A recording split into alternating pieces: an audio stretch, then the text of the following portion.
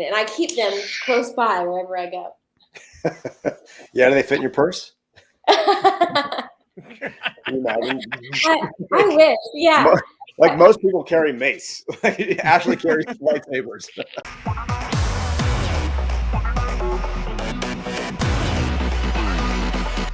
Welcome, friends and fans, to another edition of GalaxyCon Live, where we are bringing the convention experience directly to you.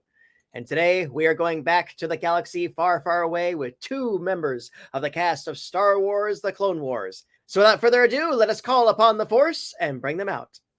Our first guest is an actress and entrepreneur whose credits include That's So Raven and DC Superhero Girls. Today, she joins us as the originator and voice of Ahsoka Tano in Clone Wars, Rebels, and so much more. Please welcome back everyone's friend, Ashley Eckstein. Hello, everyone. Hi, Patty. Hey, Ashley. How you been? Oh, I'm good. I'm happy to be here. Hello, everyone. Thanks for tuning in. Yes, they're making the noise in the chat room, I promise you. Everything is good in your corner of the world? Everything's good. Everything's good. I've gotten to go to Disney World, and I've been in the middle of the Star Wars universe because I'm actually writing a book about Star Wars that comes out next year. So I've been in the middle of writing, and my whole world has been Star Wars. as it kind of has been for a few years now, I would think. yes. No, but it's even more immersed. It's a nonfiction book, so I'm not writing an Ahsoka story or a new fiction story. It's nonfiction, and it's a Star Wars lifestyle book. So I'm really excited about it, and it'll come out I think this time next year.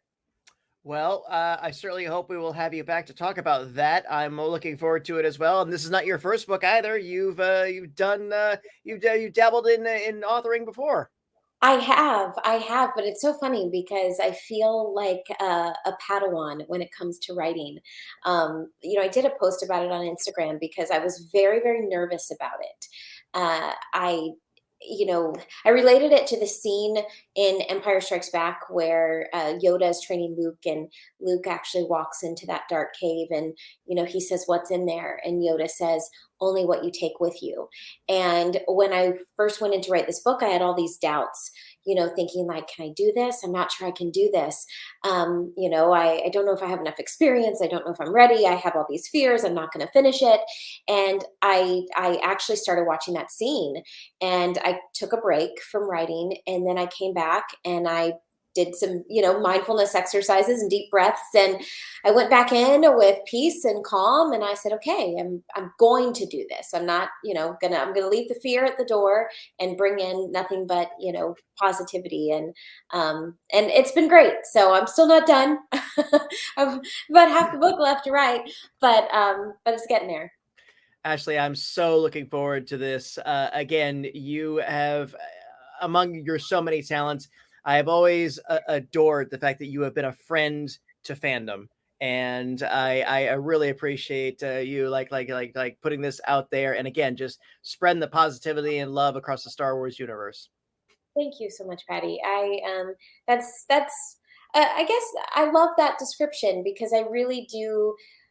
I get very protective of Star Wars fans, as Star Wars fans know. Star Wars fans have changed my life, and I've had such an amazing experience. And I feel like I have friends all over the world who are Star Wars fans. And so to be a friend of the fandom is the best way, to be described.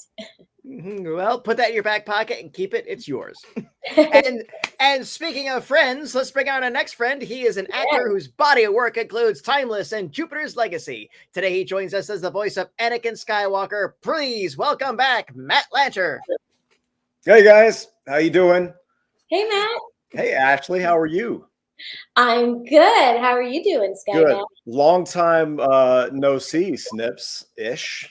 Not really. I've actually got to see Ashley a little bit more in the recent months than usual. We actually just saw each other in Rhode Island, and it's always fun to catch up, right? Oh my gosh. Somebody once told me, once you're in the Star Wars universe, you're in it for life. And I couldn't be more grateful to be You know, the line "You're stuck with me, Sky Guy" is very true because I think Matt Lanter is stuck with me for life. Yeah, I love it. I love it. What's up, Patty? Thanks for having me on. Oh, no problem, Matt. How you doing in your corner of the world? I'm all right. I'm actually just getting over being sick, so I'm just back to the land of the living here. So you know, it's nice to be virtually out and about here. So yeah, this will be fun. Yes, and for our audience, no, they are not side by side together. They are actually in two different locations. Yeah. Wait, is it this? It'd be this side. I know. We're giving each other high fives. Well, friends, once again, thank you for joining us here on the GalaxyCon virtual stage. It's always a pleasure to have you here, and we're actually good to go to audience questions. So I said, let's go ahead and just jump right on in and see what we start off with from Jessup, who wants to know, what did it feel like reprising your roles for season 7? I mean, we didn't know that was happening at all. It was very much a surprise to all of us. And it's really nice, I think, just in a creative storytelling way for Dave Filoni to kind of get to finish out his ideas and cap them off. And I know it felt very open-ended for all of us as actors, and I know for you, the fans too. So it was really nice that we kind of got to cap it off. Yeah, absolutely. Yeah, I mean, for me, I love Clone Wars era Ahsoka. I mean, I love Ahsoka at any age, but you know, I spent the most time in the Clone Wars, and you know, it was interesting because I had spent so much time learning to be older Ahsoka in Star Wars Rebels that I had to, you know, as Yoda says, unlearn what you have learned, and I had to go back to my time. You know, when Ahsoka was a teenager. And so season 7 Ahsoka, though, is, you know, because it is after she's walked away from the Jedi Order. So I think she's in a bit of a dark space. So she's somewhere in between, you know, like vocally, somewhere in between Clone Wars Ahsoka and Rebels Ahsoka. So I had fun finding her at that age. Very nice. There you go. Jessup, great question to start us off with. Thank you. And here's one from Sarah. What have been your favorite scenes to perform? Yeah, I mean, I always love. Well, first of all, there's a lot of memorable scenes, and I think you could, you know, I sort of think back to all the scenes in terms of emotion and what was going on. I know Ashley would probably agree. One of our favorite scenes was, you know, on the stairs of the Jedi Temple there. That was just so meaningful to both of those characters and to the saga as a whole. I also really love just the light, bantery scenes that might not necessarily be memorable to a fan because maybe not a lot was happening, but I enjoyed performing those with James and with Ashley. And, you know, I think back to all these years of and all these numerous scenes we filmed, and I really liked performing those as well. So yeah, two different like ends of the spectrum in terms of emotions, but yeah, I was just watching one of the episodes the other day, Matt, and I don't remember the exact quotes, but you know, Anakin had crashed and passed out, and Ahsoka saved him. And I think, you know, Anakin woke up and was like, "What happened?" And Ahsoka was like, "Fighter crashed. I saved the day. You're welcome." You know, like, we forget because we oftentimes go to those big moments that I think we forget that it's in those small moments. That's why I feel like we've all fallen in love with Anakin and Ahsoka and their relationship, or even the relationship between Anakin and Obi-Wan, like you said. It's really those small kind of witty exchanges that made us fall in love with them. So I agree with you completely. I you know, love some of the small moments. And then both Matt and I, we talk about it all the time. It's funny. We both love the Mortis trilogy. We loved, you know, performing those episodes and those scenes. They were really, as actors, really challenging. Just love the story, and I think the animation is beautiful. So I love the finales, but I also love the Mortis trilogy. Yeah, very good. And you both raised a very good point about, yes, these small moments. because you couldn't have done as good or as long of a series with just heavy force and blood and thunder and Sturm und Drang and all this crazy stuff. There had to be and again, these were characters. Anakin had a sense of humor. He really did. Sometimes his anger too, but they were fleshed out. And it was, again, the magic of this series, what it really enabled the characters to breathe over a period of time. Yeah. And we got to understand the relationships between them in actually those small moments. And that's kind of where you just get to like kind of just live and breathe with those characters, you know, just in the small kind of behind the scenes moments, if you will. Well, sorry, to elaborate on one more moment, because like I said, in this book writing, I'm really going and I'm having to do a lot of research. In the episode Storm over Ryloth, Ahsoka doesn't listen to Anakin, and you know, she ends up losing a lot of her men in battle. And you know, one of my favorite scenes in the whole series is, you know, Ahsoka is just completely devastated, and Anakin walks up and says, "I'm disappointed in you, Snips."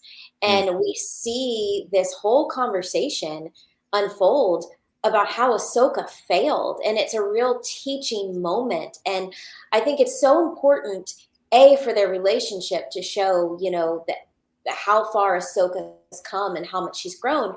But B, I mean, I think we need to remember this show is so strong for kids and families. And it's important to see a character that we love fail, you know, because we all fail in our everyday life.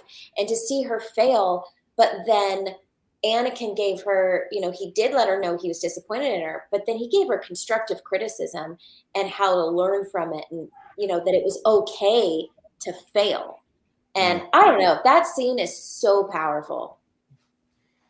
I would agree. I would absolutely agree. And it turned, that scene in particular turned some of Tano's detractors into, okay, all right, this she is being fleshed out and everything else, other than the misconceptions of the character at the time. And I'll leave it at that. And Sarah, thank you. Great question. And what do we have next? From D, what are there attributes of your character that influence you in your life? Actually, I know you take Ahsoka with you every day. Yeah. I mean, she'll speak on that because I've heard her, and it's really amazing. But yeah, for me, yeah, absolutely. I think Anakin is actually one of those characters that we can all relate to. Also, I think you know, we all have shortcomings, and we react in certain ways that we probably don't want to after we think about it for a minute. You know, I just think that Anakin is someone you can learn from, and also learn from his bad choices, because he certainly makes a few. Yeah, but absolutely, I sort of feel that way with, I mean, almost all my characters that I've gotten to play on camera or off camera. Wyatt from Timeless, or George from Jupiter's Legacy, or, you know, whatever, Liam from that. There's things that I take. I mean, I obviously, as actors, we put ourselves into the character, and I think we kind of suck from those characters too. And I think it all becomes a part of you. I mean, I find myself often like thinking of what would this kind of character do or think, or, you know, or I don't know, maybe I've even learned to stand up for myself a little bit more from someone like Anakin, you know. So yeah. Yeah, I think to Matt's point, you always take a little piece of each character with you. And it because you put so much into it, it sticks with you. But yeah, I mean, nothing's really stuck with me like Ahsoka. She's just completely changed my life. And you know, in the beginning, I was cast really solely to bring my own personality to Ahsoka. So in the beginning, it was like she wasn't so much inspiring me, I was inspiring her. But then the tables totally turned. I would say, you know, halfway through the series, when, you know, kind of when everyone else fell in love with her, I just fell in love with her as well. And I started asking myself, what would Ahsoka do? and she would guide my decisions. And to me, she just represents hope and light and helping others no matter what. And so I try to be a real life version of her, so she very much inspires me. Fair. There you go, Dee. Great question. Thank you for that one. And Bradley Baker, Matt. I'm like, is That it was me? him. He's on here asking us questions. his name came up on the last panel with the Voltron kids, and one of them said, "Oh yeah, Dee got me my Star Wars gig." Well, So because Dee is literally a part of every single show you could ever imagine. yes, Exactly. yes, he is, and I am so glad for that. Here's one from Christy. If you could write the story arc for your character, what would you like it to be about?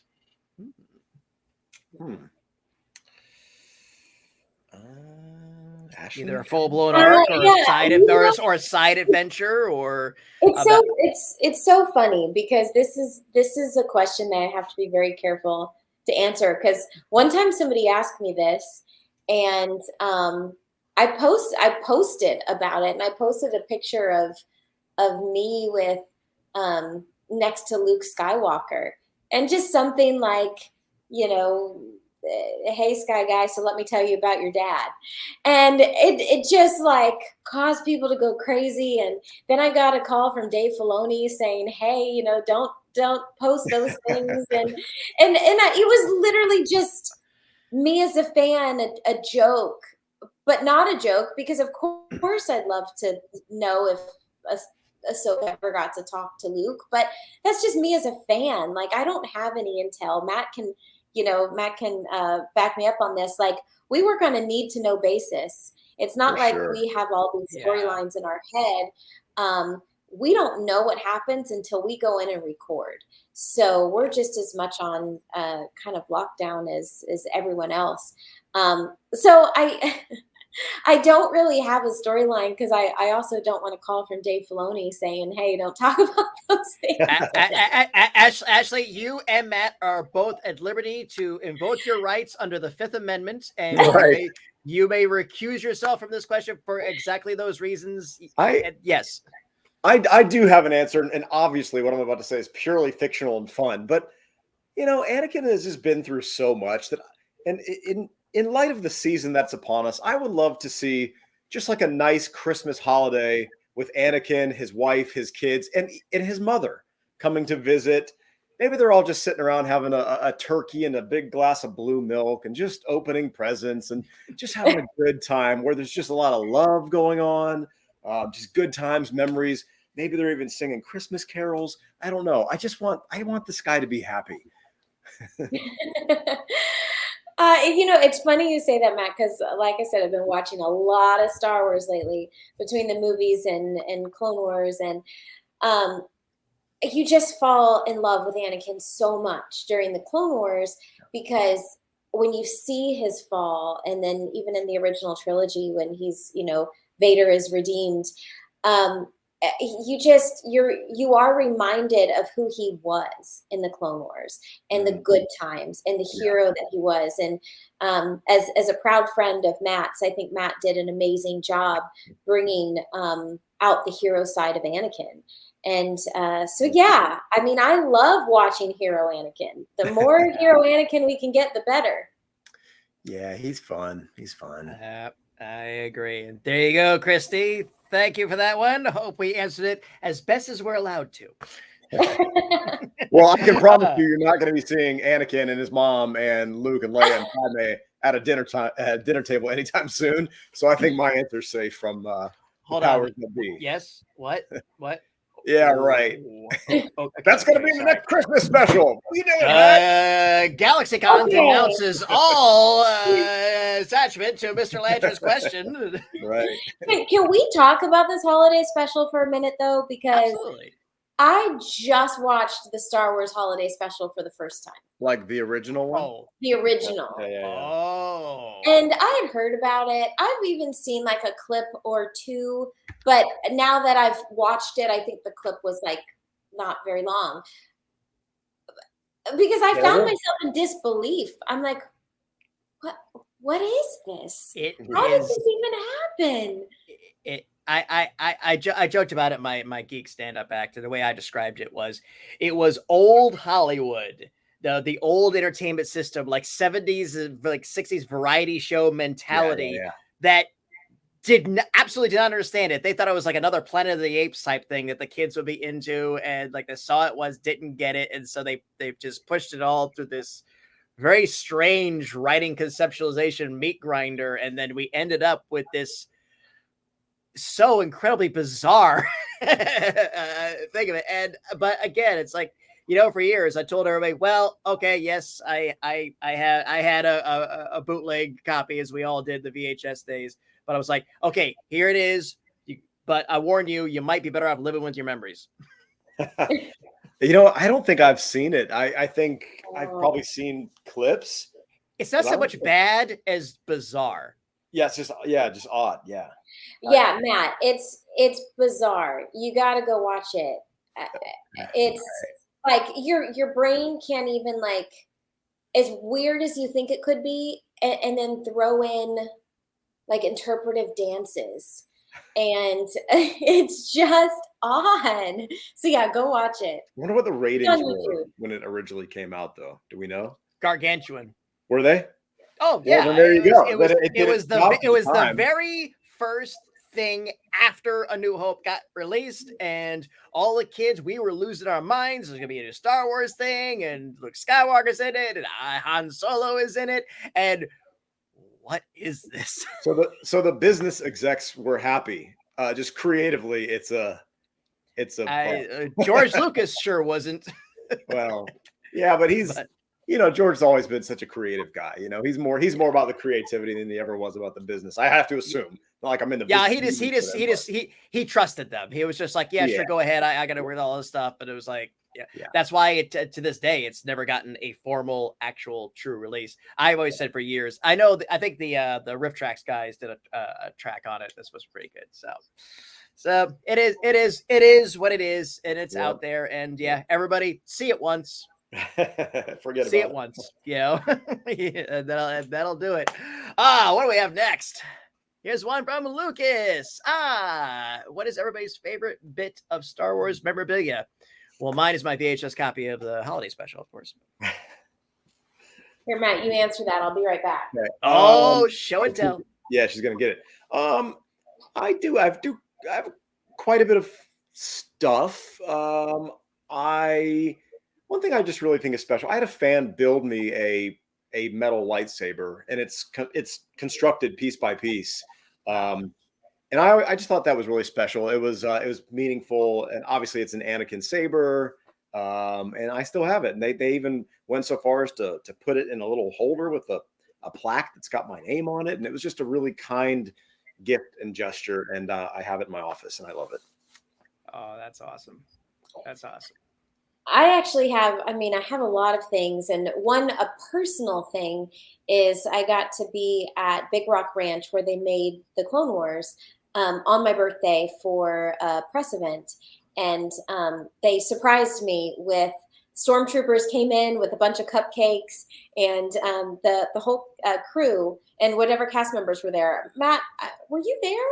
I'm not sure. I know we've been up there a handful of times together, but I don't remember that specific time. I'm trying to remember. It might have just been Dee, but everyone signed an Ahsoka action figure for me. So that's one of my prized possessions personally, but I do love my Ahsoka sabers. So nice. Actually, one is green and one is blue right now. Let's see. So they changed color. These are the ones at the Disney parks.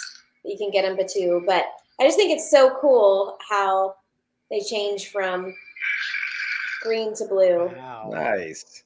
But these sabers are amazing, and I keep them close by wherever I go. Yeah, do they fit in your purse?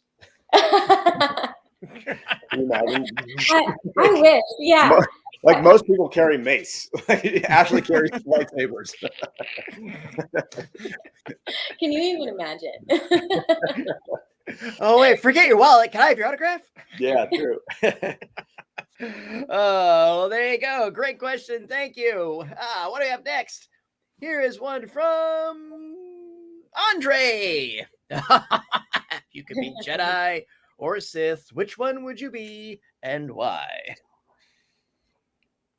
I mean, I would be Jedi because look, the reality is you can say Sith and like we think that that'd be fun because it's like, oh, you're bad, enemy, whatever. Villains have more fun. But listen, the rule is there's only two, and the other one's always coming for you. Someone's always coming for you. You can never sleep at night without knowing someone's coming for your job and your life. So I'd much rather be a Jedi, like where I can have a team and friends and still be freaking amazing. Well, I think I should say, I'm no Jedi. Oh. My voice went out as I was saying it. Literally, my throat said, nope, Nope, not doing it. Not today. All right, let me get a sip of water. So she's a Sith, clearly. Yeah. No, she's like, I'm no Jedi. But no, I would say Jedi, but I also love the reasons why Ahsoka is not a Jedi. Yeah, but you can't choose just not a Jedi. The question is Jedi or Sith. Oh, so well, come on, pick your battle, pick your corner. But I live in that area of gray, Matt. You can't. That's not the question. Okay. Well, then definitely Jedi. She could. Yeah, our guests can extrapolate the questions in any direction. I just read them off, and then you go where you want. Change the rules. All right. I was about to say we got no rules here, but I would echo what Matt says. Just because Palpatine laughs doesn't mean he's having a good time. Good point. And there you go, Andre. Great question. The people that look like they're happy are not happy behind the scenes. So Palpatine probably, was having a really hard time. Yeah. Absolutely. Thank you, Andre. Fun question. What do we have next? Here's one from Lynn. What scene from the Clone Wars had the most impact on you? I mean, we kind of talked about this a little bit in a roundabout way, I guess. Yeah. But yeah, I know I'll go back to the scene where Anakin's talking to Ahsoka about leaving the Order. And the impact is super strong there. Yeah, and I mean, for me personally, talking about that scene, because that is one of my favorite scenes, I think it just kind of gives you hope that you can always walk away from something. If you're going through a dark time, there's always hope, and that you do have the freedom to walk away from something. So I know that scene in particular has given a lot of people hope to walk away from dark situations, and or just someone that wants to start over and start something new. I mean, sometimes we all get in situations where we feel like it's too late and I can't start over. And I think you can always start over. Ahsoka walked away and down those stairs into nothing, but she figured it out and went on to be one of the founders of the rebellion. And I think it's never too late. And so that scene is very powerful. Can I bring up also the scene from Rebels where Anakin fought, or I should say Vader fought Ahsoka. And I just say that because there wasn't obviously much in terms of performance for me as an actor. There wasn't much said at all. But just as a fan and reading into the scene and, what was going on in their heads, and there was just so much depth to the scene that wasn't even played on the surface. And just thinking about the relationship that they had and, and just all the elements happening and all the things going on and how controlled at that point was Anakin. Was he totally gone? Was there a little bit of that in him? The stuff that was said and vocalized, was it trickery? Was it sincere? There was just a lot to that scene just as a fan. So yeah. Very much so. Because it was the down for both the characters. Yes. It was just like, are you Anakin? Are you in there at all? It's like, no. Yeah. Yeah. Very sad. Yeah. Yeah, absolutely. So, Lynn, great question. Thank you so much. And a reminder to our audience, if you would like to chat with our guests like I am now, or purchase a personalized autograph, please sign up at GalaxyCon.com and let's roll another one. And this comes from Chris. How did each of you find yourselves into voice acting? Matt and I actually have pretty similar stories because we're both live action actors first, right, Matt? I mean, Yep. you were mostly, yeah. So I started in theater in Orlando, Florida. Patty, you know, we We've have talked about that. you guys have the same roots and friends, and but then I moved to LA to pursue film and television, and the bulk of my resume was on camera. And I just always had a dream of being the voice of a character. And so I begged my agent to send me out on voiceover auditions. And it took me quite a long time to get my first big role, which was Ahsoka Tano. So I auditioned for 4 years. I booked a commercial or two. I was cast as 2 lead roles in an animated show and then recast, which happens quite a bit, where you get the role and then you lose it. And that is kind of a dark side to voiceover that does happen quite a bit. So I was in a pretty kind of bummed state when I auditioned for Ahsoka because I had been trying for a long time. And luckily, Ahsoka came along and I was cast. But I was very much a Padawan. I mean, it was my first big role, and Matt and I were kind of, in similar places when we both got cast. Yeah. And Matt, for you, the recasting for the role worked in your benefit, as I recall. It did. Yeah. Right. There was a Anakin prior to me who actually recorded 3 or 4 episodes. And so actually the Clone Wars movie in like the next maybe 2 episodes is actually sort of not my performance. It's just me dubbing over his performance, which is a really difficult thing to do. Especially like Ashley said, I was new to voiceover as well. And actually I've been recast in my favor on camera stuff too. One of my first series regular role in an ABC show, I was recast. So, as Ashley said, that yes, it happens all the time. But for me, it was, I was working on camera and totally random. My manager had another client that was getting into doing some voiceover stuff. And he just said, "Hey, do you have any interest in voiceover?" I truthfully hadn't thought about it. But I was like, yeah, let's go for it. And so I went to an agency. I read some copy, they call it, for a couple of different agents, and a great agency wanted to work with me, and they just started sending me out on auditions. And Clone Wars came along. Ta-da. Yeah, and that's nothing crazy, nothing insane. It's just normal. Yeah, and Chris, the short answer is that's showbiz. Yeah. But persistence and working, and yes, audition, Yeah, and take any notes they give you. Yeah. There you go, Chris. Great question. What do we have next?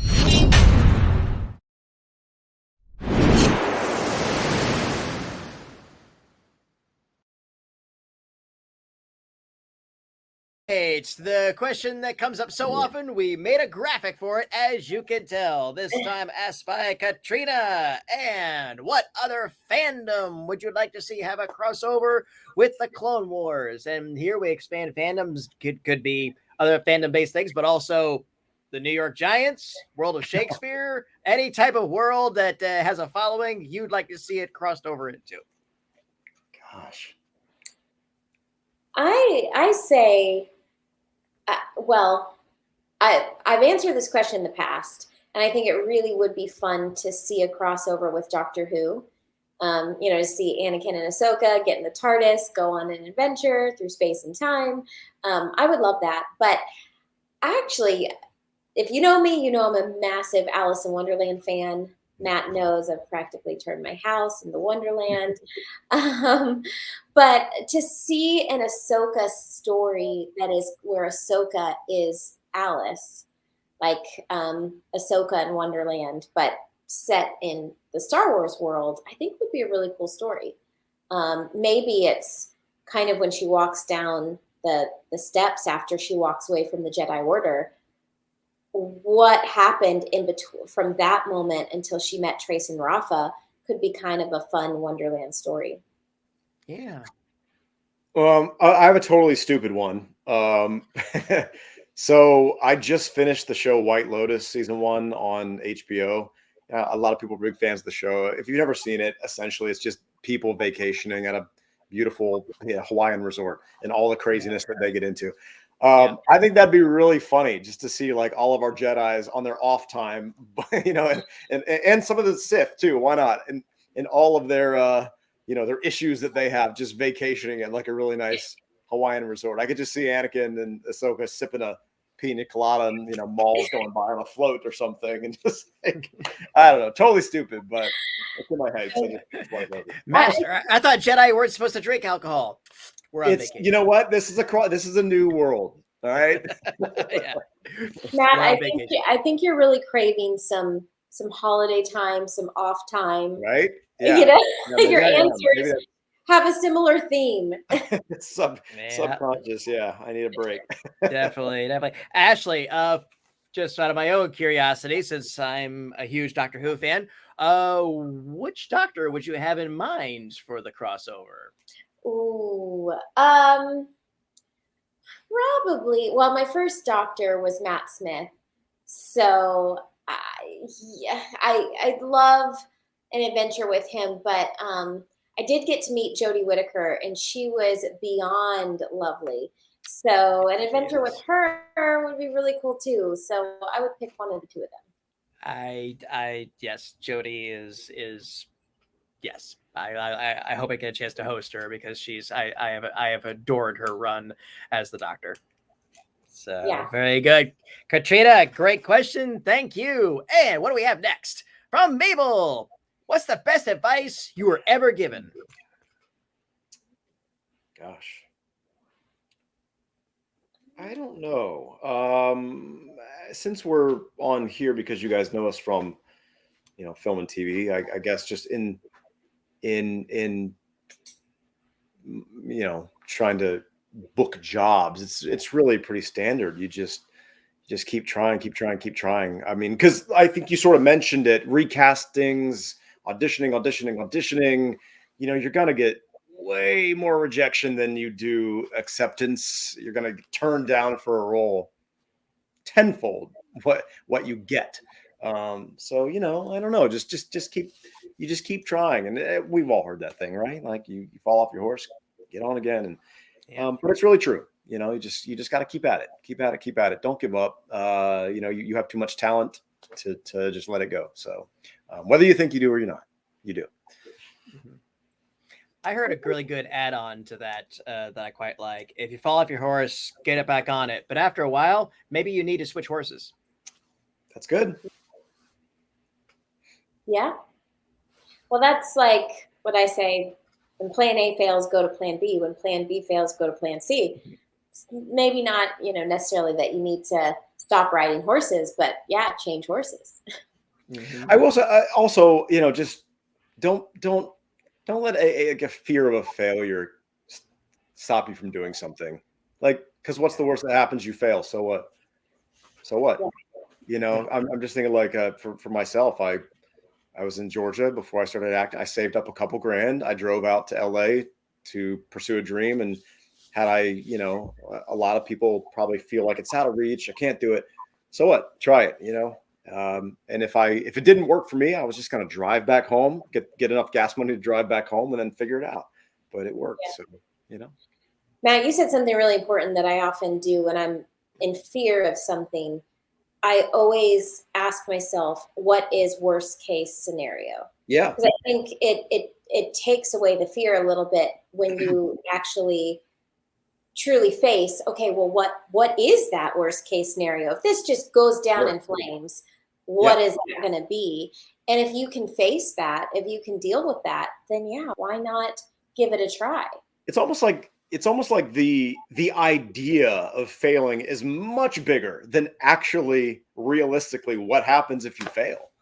Yeah. You know, and it's just the idea that keeps a lot of us from doing the things that we dream of doing. Yeah. Well, and that's why that scene that we talked about earlier with Anakin and Ahsoka, where Ahsoka failed and they talked about it. Like, normally you don't hear discussions about failures in shows or, in movies, where it's constructive and it's a learning moment. Sure.